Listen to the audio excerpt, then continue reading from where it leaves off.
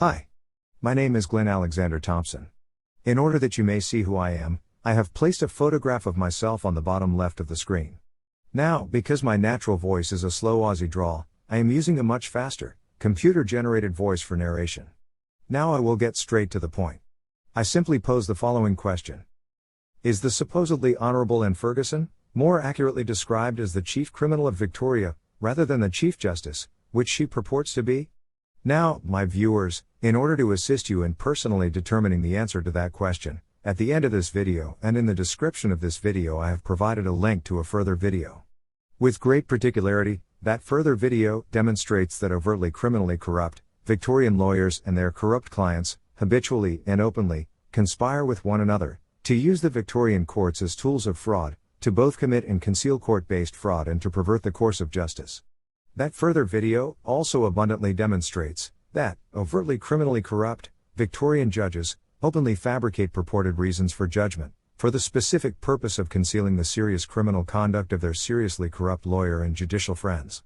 That further video demonstrates that overtly corrupt Victorian lawyers and judges commit their respective crimes because they are self-assured that their fellow Victorian lawyers and judges will commit such further court-based fraud as is necessary to authoritatively deny and conceal their court-based criminal conduct. Those overtly corrupt lawyers and judges are also self-assured that no one at all, in the so-called Victorian justice system, has either the courage or integrity to stand up and address the court-based corruption. The material in that further video and the court-based corruption evinced is not capable of being denied.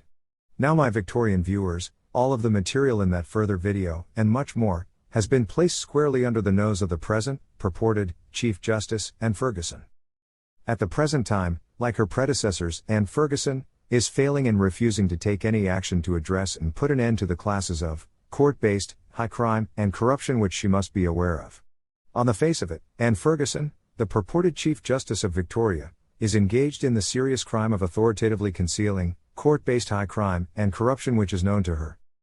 Now, my Victorian viewers, the question you must ask yourselves is whether you personally will accept and tolerate a supposed justice system where overtly corrupt lawyers and judges are free to commit court-based frauds and are protected by the apparently assured silence of, and protection by, people of the ilk of Anne Ferguson.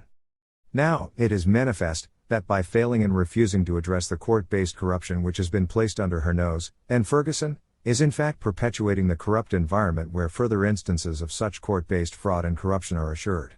Obviously, unless addressed and stopped, any Victorian citizen, including you, my present viewer, may well become a further victim of court-based fraud and corruption. Okay. Now, my viewer, I now invite you to view that further video and decide for yourself as to whether or not, by ignoring and effectively concealing the corruption evinced to her, the present, purported Chief Justice, is a fit and proper person for her high office. A link to that further video will appear towards the lower left of the screen.